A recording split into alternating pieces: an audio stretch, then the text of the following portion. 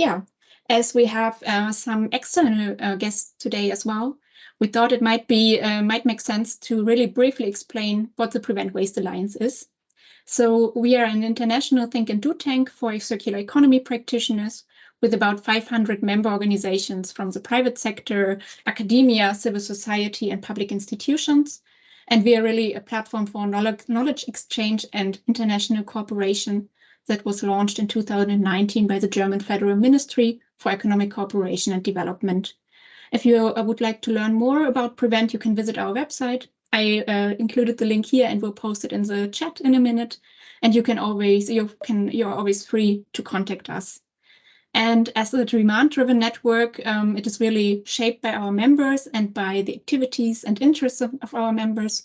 And one topic that we really heard often from our members that we should discuss the whole or take up the whole discussions on alternative plastic materials. And that's why we're starting the webinar series today. And with that, I would like to hand over to my colleague Silke. Thank you, Annika. Thank you for the welcome, and also thank you for all the preparation. And we are so happy to start this webinar series today with the first speakers. And since you know that with the increasing global plastic pollution, the development of various materials have raised which promise to be a more sustainable alternative. But can bio-based, biodegradable, or bioplastics contribute to solving the increasing global plastic waste pollution? So the Scientists' Coalition for an Effective Plastic Treaty is as well discussing the role of these materials as well. And they stated, it is therefore essential that the Global Plastic Treaty makes a distinction between bio-based plastics and biodegradable plastics and incorporates a comprehensive assessment of their potential advantage and disadvantages in comparison to conventional plastics. The title of our webinar series, Biosourced, Biodegradable, Bio what, makes it clear there are different terms with different meanings, which makes it not always easy to understand and leads to considerable confusion. We want to contribute to this discussion with our webinar series. We as a Prevent, we are also approached, as Annika said, by members who want to share their knowledge and experience, but also discuss on these material alternatives of fossil-based plastics. We are planning these 3 webinars sessions in the moment, but we are very open. So first, the webinar for today on challenges and opportunities of alternative plastic materials will kickstart the discussion within the Prevent and its members. And there will be these 3 presentations, and I highly, I'm very warmly welcome the 3, or there are more than 3 speakers, but they are from 3 institutions, organizations.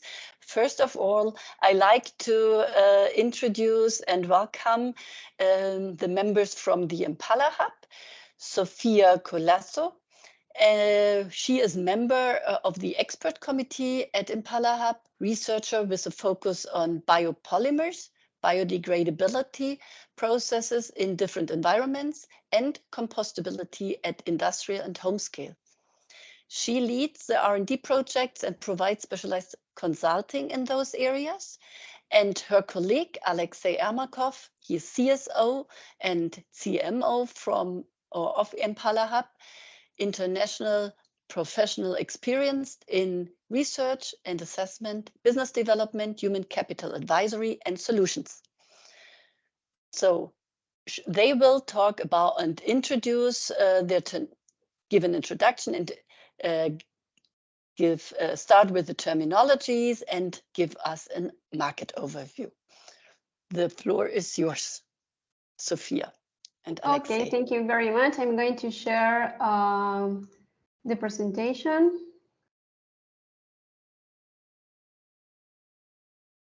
So now can you see full screen? Yes, we can see it. Yes? Perfect. Okay, thank you. So first of all, thank you very much for Prevent to invite Impala Hub. As you said, my colleague Alexei and we are going to give this first part of this session. I would like to say about Impala Hub. It's a B2B service platform helping companies to reduce their plastic and carbon footprint. Essentially, we are the hub of materials that are more sustainable to compare to conventional plastics based on data and metric evidence. Here you have our contacts from LinkedIn or our emails. And then I'm member of the expert committee of the Impala Hub, but I'm also the chief scientific officer at B0 Materials. B0 Materials is a new company that develops and produces bioplastics based on potato starch mixed with other bioplastics at a very competitive price. This is very important. So our raw material is compostable at home and industrial scale, and we work ad hoc for companies. So I'm going to start about talking to the introduction and the essential terminology about bioplastics. What is that? Because bioplastics, they are not just a single material. They are a family of different materials, which can be bio-based, biodegradable, or both. You know, I'm sure that you saw in different graph the typical 4-axis graph where you have the fossil-based materials, bio-based materials. This means that the material or product can be derived from biomass. We have not biodegradable products and biodegradable products. So the first group are the conventional plastics, which are fossil-based and not biodegradable.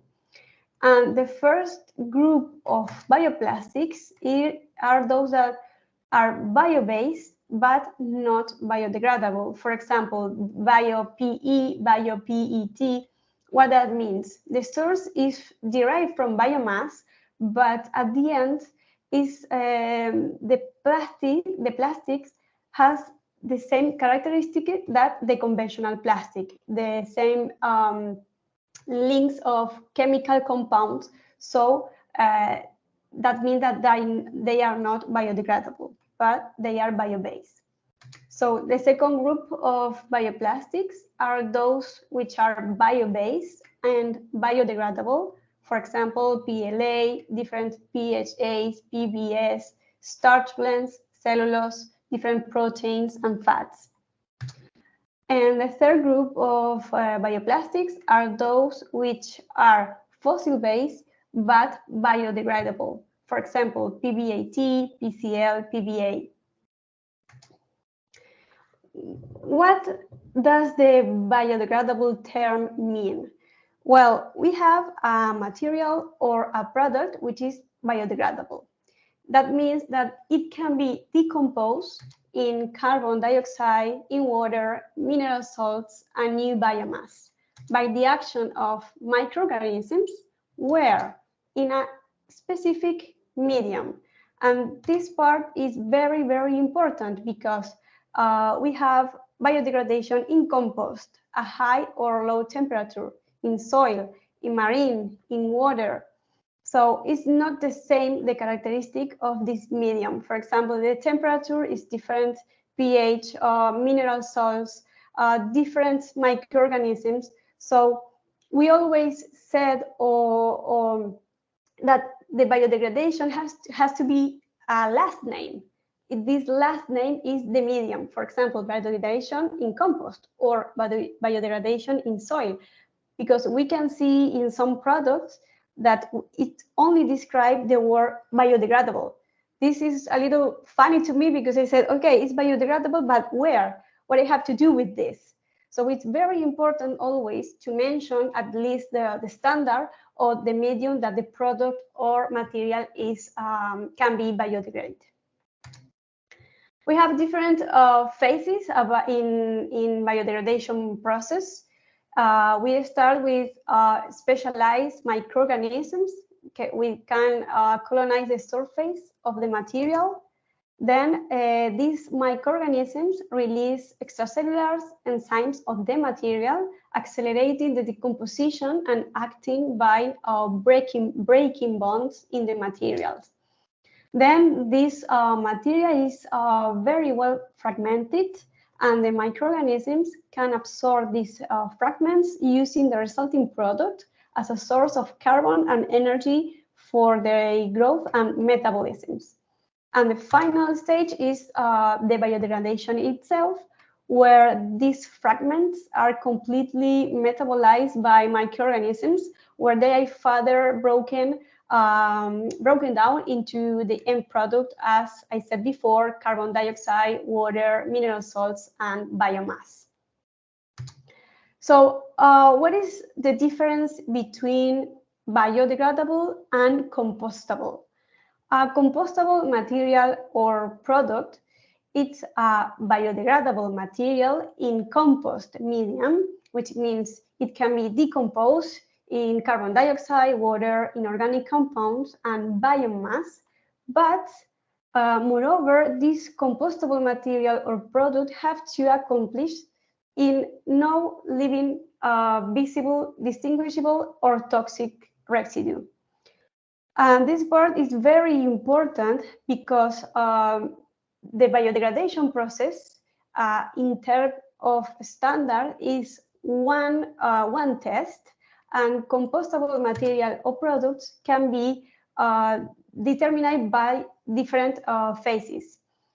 The first part is to evaluate the chemical characteristics of the product, then to evaluate the biodegradation in compost medium, then evaluate the disintegration at laboratory scale or pilot scale, and then to evaluate the ecotoxicity in higher plants and the quality of the compost. So what is the objective of these compostable materials? Is to obtain a high quality compost to use as natural fertilizer in agriculture, gardening, public works, or restoration of natural spaces. So the advantages of these compostable plastics, their added value is because we start with a sustainable production to make compostable products. Once we use this compostable product, we discard it in the organic fraction collection bag, and then to produce a high quality compost and to use, for example, as a natural fertilizer. Here you can see a very summarized table with the different standards and certifications. If the company wants to certify or demonstrate the bio-based content of the material, or the behavior in the industrial or home compost of the product, the biodegradation in soil, in compost, in marine, in water. Here are different standards, American standards, for example, those are STM, the international standards, ISO, or European standard, EN.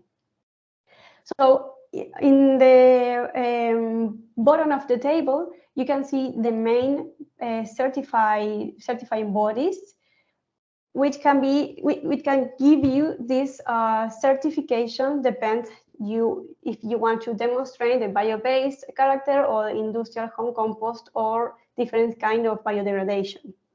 I would like to add that, for example, in soil, marine, or water biodegradation, here is only exposed the standard for demonstrate the biodegradation.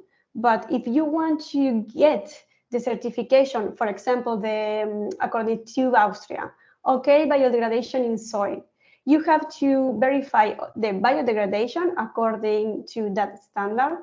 But to obtain the certification, you have to do more tests. For example, to evaluate the heavy metals of the sample, to evaluate the ecotoxicity in higher plants or invertebrates. So it's not only to demonstrate the biodegradation.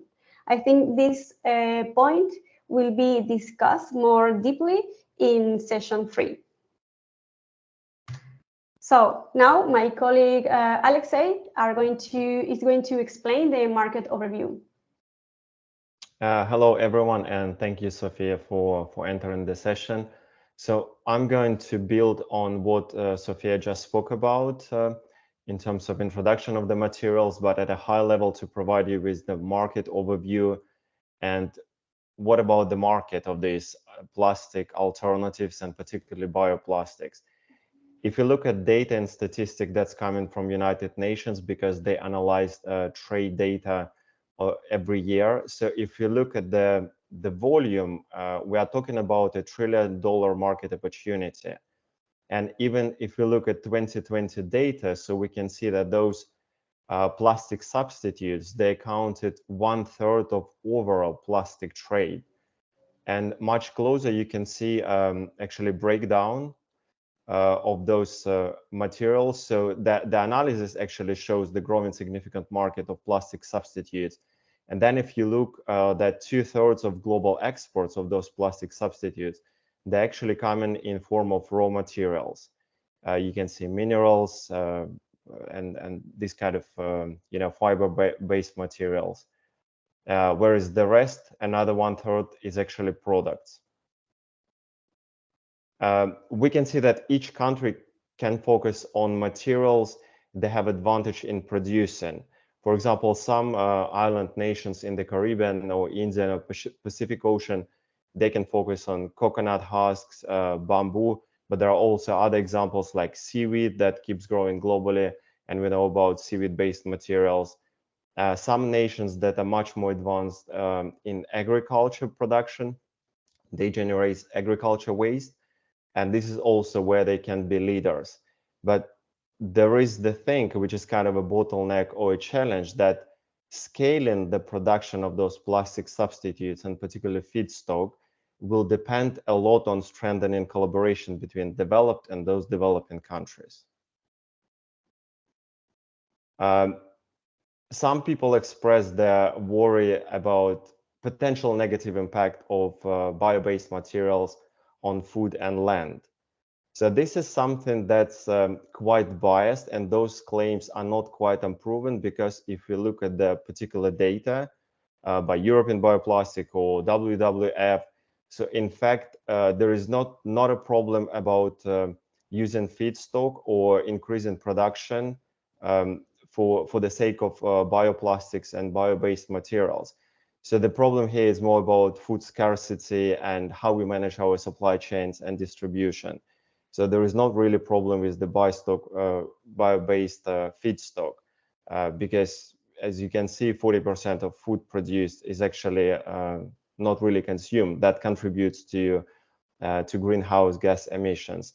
And if you can see data released by European Bioplastics, so if we even put all feedstock production onto sort of on demand of fossil plastics production, we would need it would take just about 5% of total amount of biomass produced and harvested by us on yearly basis.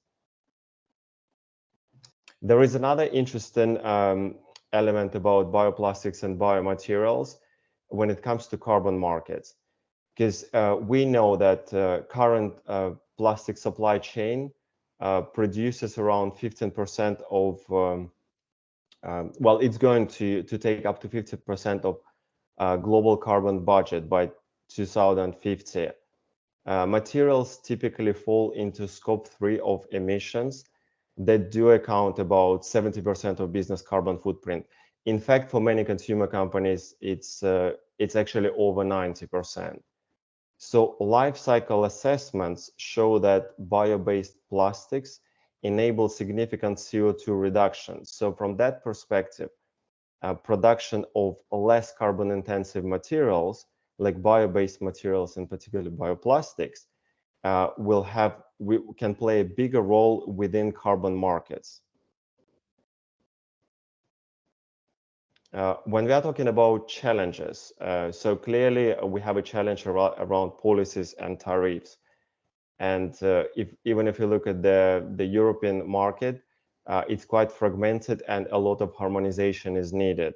We are talking about 40 different significant policies around those alternative materials. Yet we are in early stages. However, support keeps on growing when it comes to using potentially bio feedstock for production of chemicals and further on plastics production. But we still have those tariffs that were introduced 10, 20 years ago. And if you can see, for example, that fossil-based or petroleum-based products and materials, they still benefit on lower tariffs, while in case of, for example, plastic straws, the tariff is almost twice more compared to plastic-based materials. When it comes to economical challenges of production in particular, so we see those materials are entering the market, but they're at times more expensive compared to conventional plastics. The long term, it's actually high value potential use of the feedstock, but the problem is the cost. And many alternative material producers, they already have a strategy to drive down cost along the line, but it would take years and they need to scale appropriately in order to be competitive with conventional petroleum-based plastics. Based on our experience running Impala Hub as a B2B platform, as a platform for material solutions, where we have 200 plus vetted material producers, and most of them, 95% plus, are bioplastic that are based from New Zealand to Canada. We work with companies that are based globally, and they can be full-scale production companies all the way down to early stage and lab stage materials. We've actually analyzed and surveyed hundreds of material producers globally. We're talking about plastic substitutes, and out of all their challenges, there are two major ones: funding and clients. And when it comes to clients, they have a problem because they need to scale and they're seeking for pilot projects and to have more sort of validation and potential clients, mainly coming from consumer sector. And also there is a problem with cost and price, because as I mentioned earlier, for many consumer companies, it's quite a challenge to switch to much more expensive material, even though they don't understand that they could reduce their scope 3 and carbon emissions along the line. So these are the challenges, not so much about the market. These are the challenges of these bioplastics producers and alternative material producers. Thank you for that. And maybe, I don't know, we can have a Q&A session after this small part before we move to another one. Thank you, Alexei. We decided to have the Q&A later. We have some question in the chat already. You might answer during the next presentation, but we like to have all the presentation and all the perspective of the other speakers as well, and then allow the Q&A, and we have enough time saved for that. Okay. Thank you. Okay, both. thank you. Thank you very much. So our next couple to speak is from the Fachhochschule Nordwest, the Institute of Polymer Engineering in Switzerland. And our speakers are Angeliki Liakopoulou, working at the Institute of Polymer Engineering. She holds an integrated master on chemical engineering from Aristoteles University in Thessaloniki, and is focusing her work on biopolymers. And we also have with her Philip Chikala, a research associate at the at this university in the Institute of Polymer Engineering, with a focus on design for sustainability, recycling, and biopolymers, but also on production of plastics, quality assurance, and product development. We are very happy to have you here today. and listen to your presentation.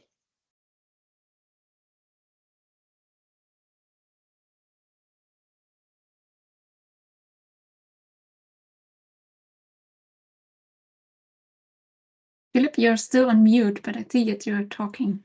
Okay, yeah, perfect. Hello and welcome to our presentation on bio-based polymers. As you already heard, my name is Philip Schikala and I'm a research associate at the university here. I quickly like to introduce our institute and what we are working on before I hand over to my colleague Angeliki Liakopoulou. Our Institute of Polymer Technology works closely together with the Institute of Polymer Nanotechnology, which focuses more on surface modification and functionalization. In the next slide, you can briefly see our working groups with the respective professors. So besides our working group of polymer processing and sustainability, we are also working on composite technologies and of course on chemical analysis. As you notice, within the name of our working group, sustainability is a major focus that we are focusing on in our day-to-day life. And this is why we specialize in mainly in recycling technologies as well as alternative bio-based materials. Our university consists actually of several schools based in 4 different cantons in northwestern Switzerland. And next to education and business, we also collaborate sometimes closely with the School of Life Sciences, which is based near Basel. But also within our campus, and we have other collaborations with other institutes, but also with external partners to further upscale the products and processes that we develop in terms of automation or in just larger processing capacities. Startup companies get support from the local high-tech center, the high-tech center Aargau. So if you want to get in touch on material and process development or on life cycle analysis, feel free to contact me directly, but enough for the commercial side. From my side, I would like to hand over to Angeliki for the actual topic that you came here for. Hello everyone. Before I start with the presentation, I would like to talk a little bit about myself. I was born in Greece and obtained my integrated master at the Department of Chemical Engineering at Aristotle University of Thessaloniki, where for my master thesis I carried out encapsulation studies of D-limonene in biopolymer carriers for biological applications. Right now, I'm an R&D intern at the Institute of Polymer Engineering at Fachhochschule, supporting various ongoing projects related to polymer processing and sustainability. In this presentation, I will cover the following topics, including bio-based versus fossil-based processing methods and material use, and some examples of biosourced materials and their applications. Since this presentation is about biosourced materials, the first thing I would like to cover is the type of biomass that is used in practice to produce such materials. By biomass, we considered organic materials derived from living or recently living organisms, primarily plants, that can be used as a source of energy or in the production of bio-based materials. It serves as a renewable alternative to fossil fuels or other non-renewable resources. There are different types of biomass, including food and animal waste, aquatic plants, energy crops, and indicatively some examples for agricultural residues are straw, rice husks, corn cobs, in order to produce cellulose-based materials or bioethanol. An important question that comes up is which is the best source for bio-based materials, or in other words, are biosourced materials rather made from residues or from primary agricultural products? Both residues and primary agricultural products play key roles, with their usage being determined in economic, environmental, and technical factors. While primary agricultural products can indeed provide high purity materials like starch for polymer production, we should not overlook the potential of agricultural residues. Advances in processing technologies are improving our ability to extract valuable components from these residues efficiently. Moreover, using residues aligns with circular economy principles by valorizing waste streams and reducing the environmental impact of production. This could potentially lead to a broader range of bio-based polymers with varying properties suited for many different applications, promoting innovation and sustainability in material science. Now, according to the European Bioplastics Organization, approximately 1 million hectares have been used last year for the production of bio-based polymers. This reflects only 0.015% of the agricultural area, but already contributes 1.5% of polymer production worldwide. A full substitution of fossil-based polymers would be possible with a very low percentage of arable land. On the other hand, 2/3 of arable land is used by animals and for their food production. Nevertheless, regional differences with limited land sources can still keep up the issue to avoid conflicts of food production versus bio-based polymer production. Having looked at the differences between using residues and primary agricultural products for biosourced materials, I would like to summarize the benefits of biosourced and fossil-based versus fossil-based materials. These materials have the potential to reduce our dependence on petrochemical products while ensuring a sustainable approach to manufacturing new materials. Interestingly, the production of bio-based materials does not come in the expense of lower quality properties compared to fossil-based counterparts. PLA produced from corn, which is a cheap biomass source, is easy to process, and it's very similar to traditional polymers. And conventional approaches can be used while it still exhibits comparable mechanical properties such as tensile strength and flexural strength. Looking now at the global production capacities of bioplastics in 2022 by material type, we can see that PE, PTT, and PA dominate the bio-based but non-biodegradable materials. This family of materials are called drop-in types because they have the same molecular structure as fossil-based polymers and can be therefore directly substituted or processed together.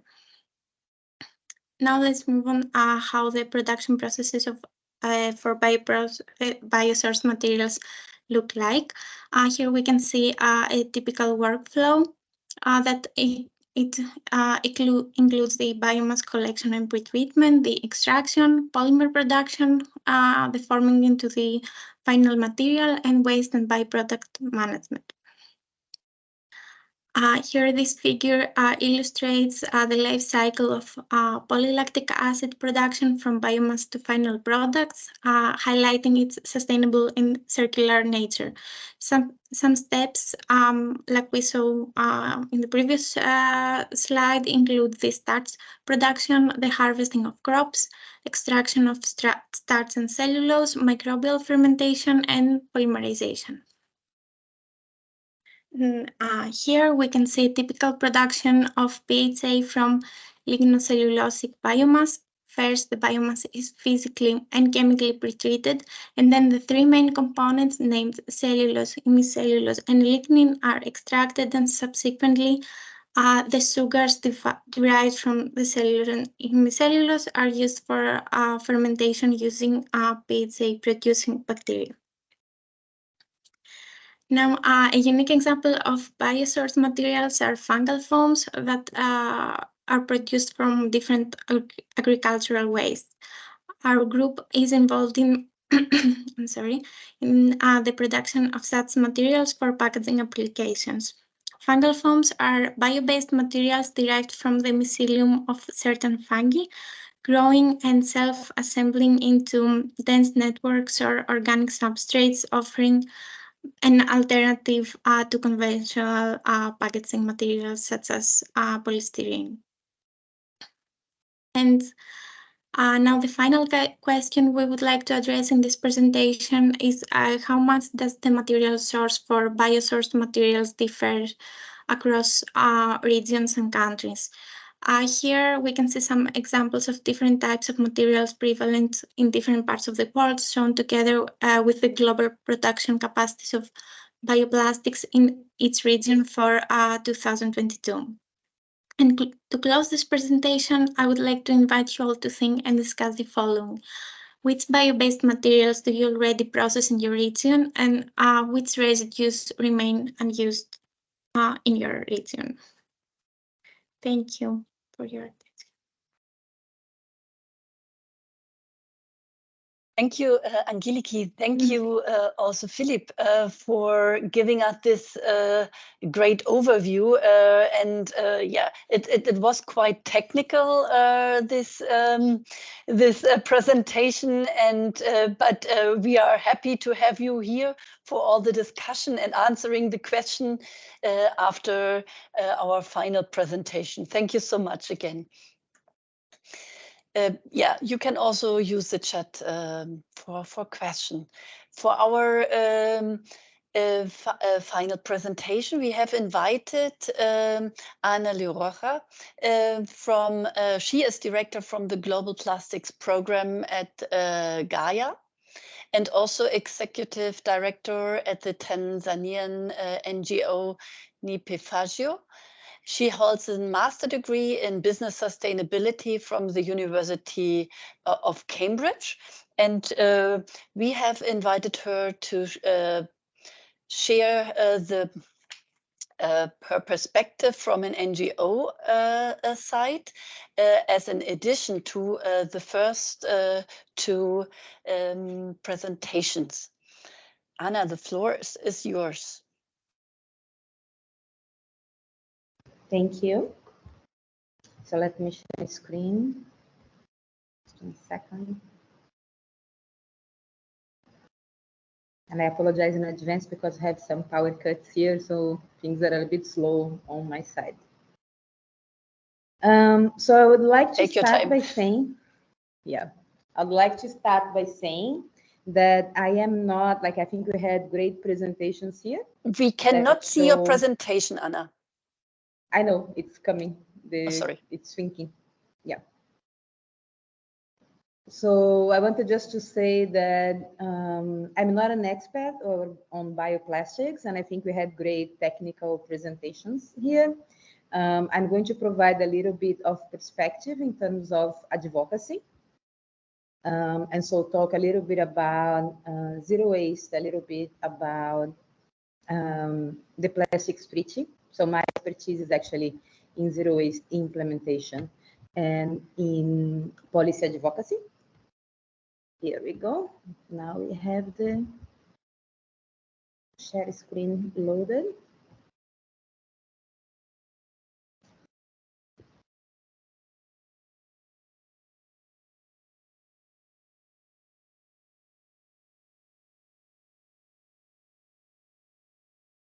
Not yet.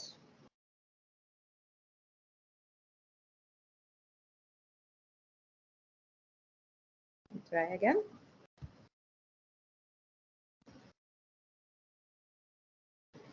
There we go. I hope you can see my screen.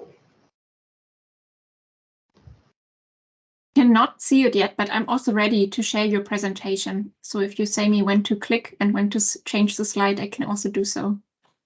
Okay, because here it's sharing the screen, Okay. so interesting. Let me try one last time, and then if it doesn't work, we can. Oh, it's here, isn't it?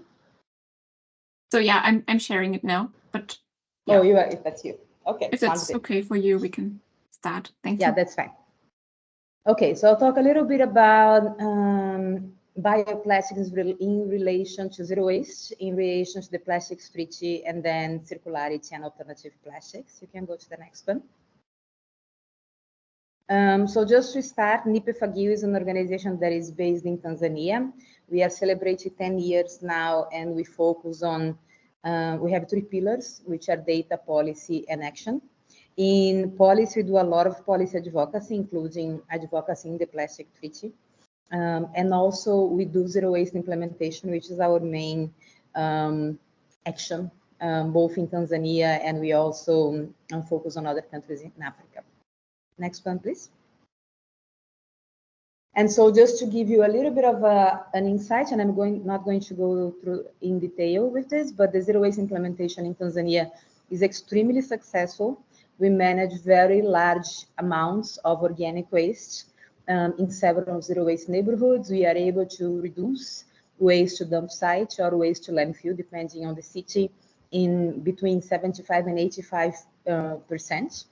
And in one neighborhood of about 3,000 to 4,000 people, we manage 1.2 tons of waste a day, and we have several neighborhoods. So it's a decentralized model. You can go to the next one.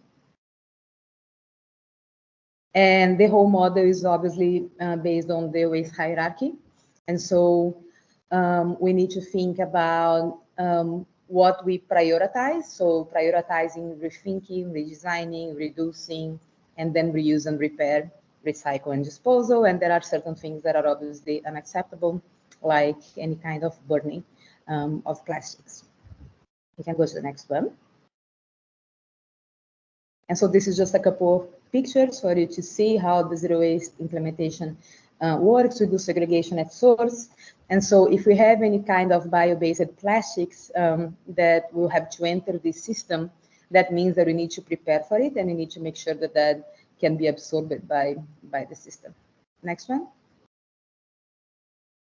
And we do composting, we do recycling, we also do black soldier flies to manage some of the organic waste. And so we have a lot of expertise in the end of life of plastics and of waste in general. Next. And so, as I said, we also advocate, and we are very present in the plastics treaty. And just for people to know a little bit, I'm not entirely sure about how familiar everyone is with the plastics treaty, but we currently have a global plastics treaty going on, which came after we had a resolution approved at UNEA 5.2 in March last year. That basically created a mandate for us to regulate and to have a system for a legally binding instrument to basically regulate the plastic crisis, the plastic pollution. You can go to the next one. And this has been shown in several newspapers as a life-changing opportunity. So talking about opportunities here, which was one of the questions that I had to answer, the plastics treaty is a big opportunity for us to actually address the plastics crisis. And the bio-based plastics, bioplastics, are mentioned all the time in the plastic treaty negotiations and discussions. And so now we have, like, it's a moment basically to talk about it and to decide how we do or we don't want to use it to address the plastic crisis. Next, please. And so a little bit more on, like, this is like, because the plastic treaty is so important, we have a lot of civil society presence. We just came back actually last week from INC3, which was the third negotiation meeting. Next, please. And the reason why there is so much excitement and so much engagement in the plastics treaty is because basically the mandate has a very clear scope, that is to end plastic pollution, including the marine environment, but not restricted to the marine environment. It is an international legally binding instrument. And so we are talking about all UN countries signing a treaty and committing to basically address the plastic crisis. And then we have a timeline, which is by the end of next year, 2024. We are running later, by the way, but that's how the treaty is structured as of now. Next, please. And so when we discuss the treaty, one of the things that comes up all the time is circularity. So circularity is a concept that is used by several different actors, and that means the countries, which are the member states, that's how they're called under the UN, but also by industry and by several other players there. And so when you think about circularity, next slide, please. What we are basically talking, and I am stealing a slide here from Gaia, which is the Global Alliance for Incinerator Alternatives, that has a very interesting paper about circularity. What we are talking about is basically conserving materials. And so it's about basically keeping materials in the loop for the longest time. And we are talking about reduction, reuse, repair, and safe recycling. One of the things for us to say when we talk about circularity is that recycling is the least effective way to achieve circularity. And so reuse is actually a much better way for us to think about circularity, because basically it uses less inputs and it also produces less pollution. And so when you think about bio-based plastics, the lens that I use to think about it is exactly this one, is the lens of a safe circularity. Next, please.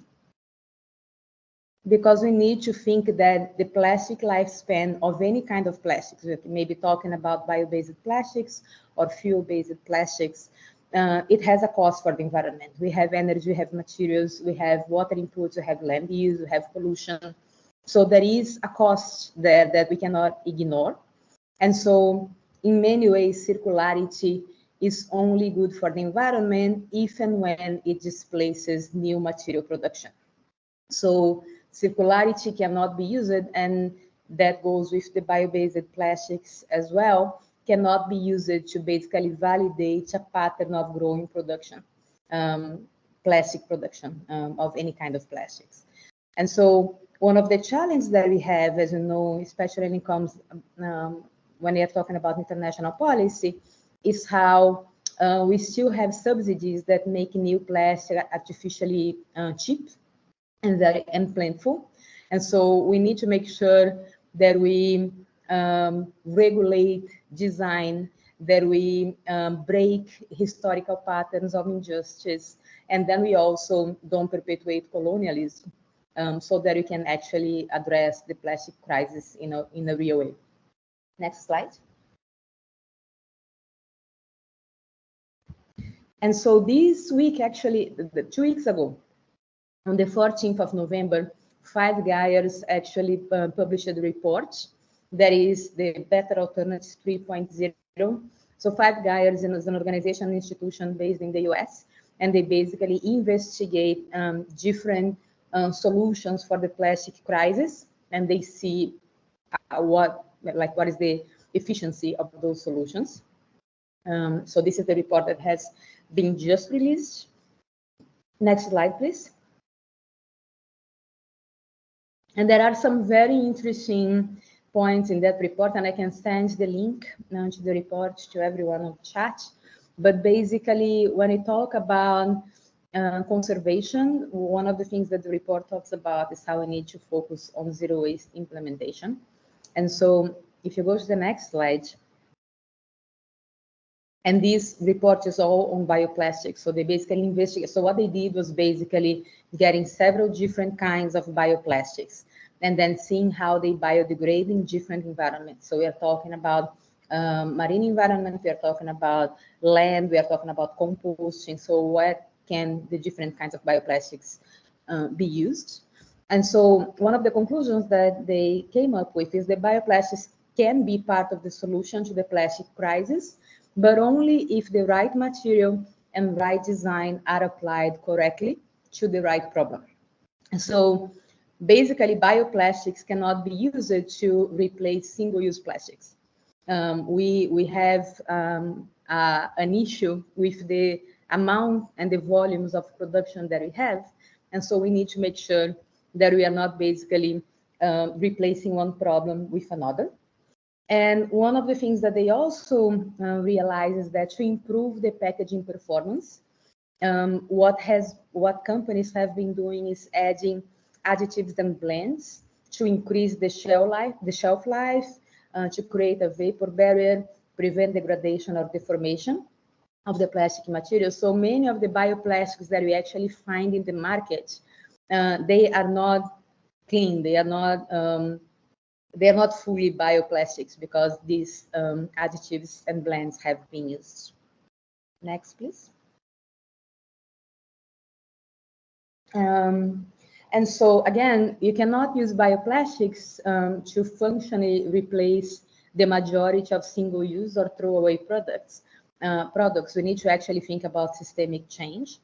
And so when it comes to the end of life, and that's why I started the presentation talking about the zero waste implementation that we do, what we need to then make sure, and that's a challenge that we face, is that if you have bioplastics as part of the waste stream, we need to actually be able to identify and separate those. It's a different kind of segregation of materials that we need to make sure that the waste management systems are able to deal with.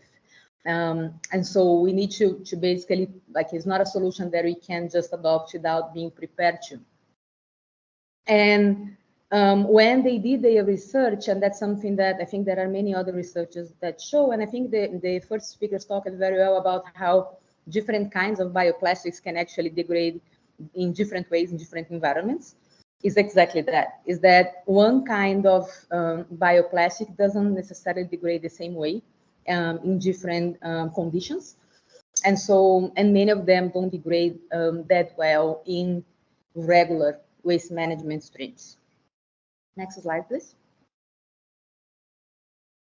And so then when it comes to challenges from basically civil society and advocacy perspective, we need to think that the overproduction perpetuates a pattern of injustice. And so when we talk about overproduction of any kind of plastics, we are talking about land use, water use.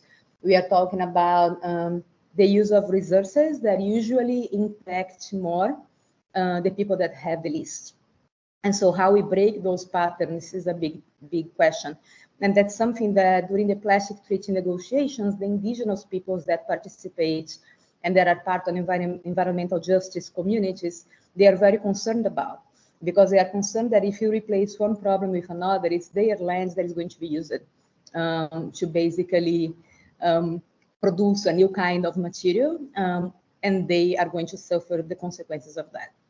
And then every time that we talk about material substitution, we are shadowing the need for systemic change. And what we actually need is systemic change. We need to change the way that we are producing so that we can actually change the way that we are consuming.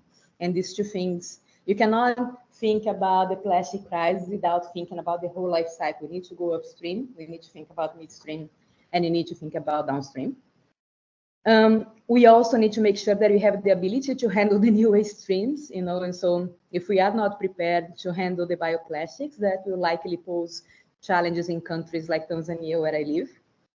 And then the inefficiency of the current waste management systems, I think that's something that needs to be highlighted, because when it comes to rich countries, and I prefer to use rich countries instead of developing countries, so that's intentional. One of the things that we need to think about is waste colonialism, and so we have many countries that have very good collection systems for their waste, but we also have those countries exporting their waste to least developing countries, and so that's a pattern. That's one of the reasons why only 8% of the plastic has been actually recycled since we started using plastics.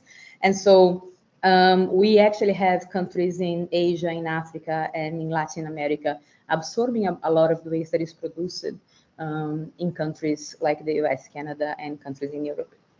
And then when you think about low and medium income countries, then what we have is the issue that we have a lack of adequate waste management systems. And so we currently, like in Tanzania, for example, I live in Dar es Salaam, the biggest city in the country, and less than 40% of the houses have any kind of waste collection, you know. And so we need to, again, think about ways that we can reduce volume and then we can adequate the waste management systems to be able to absorb whatever it is that is being produced. And we need to make sure that we do that in a just way. Next slide, please.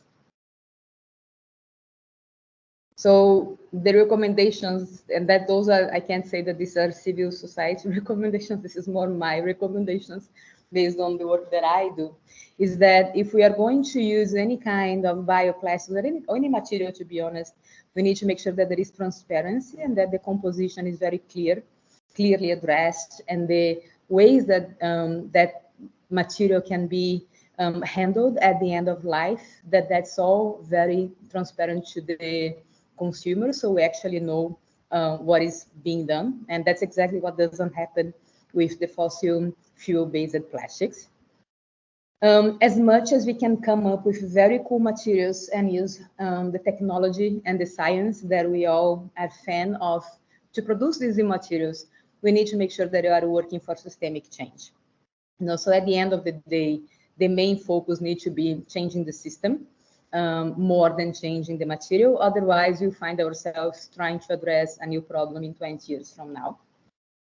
We need to make sure that we address the injustice pattern. So the transboundary movement of waste from global north countries to global south countries, the use of land, of both indigenous peoples, but also Black and brown communities. And then I won't even talk about countries in Africa, for example, needs to be accounted for.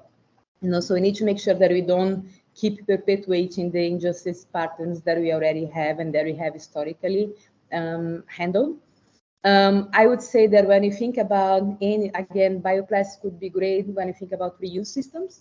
And so when you focus on reuse, actually, so we change the system and we also change the material that is being used in that new system. I think that would be a great way to go ahead. And then we need to think about the end of life and how all those great technologies are going to be used. And so implement zero waste and then follow the zero waste hierarchy to make decisions. I think this can take us to the right path. Next slide, please.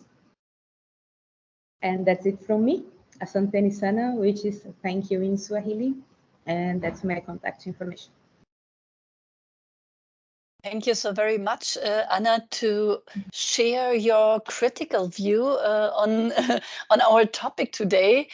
Very interesting, and yes, we should not produce new problems to solve old. We completely agree. The Prevent Waste Alliance, as you are not yet so familiar with, that's our a topic for all our discussion.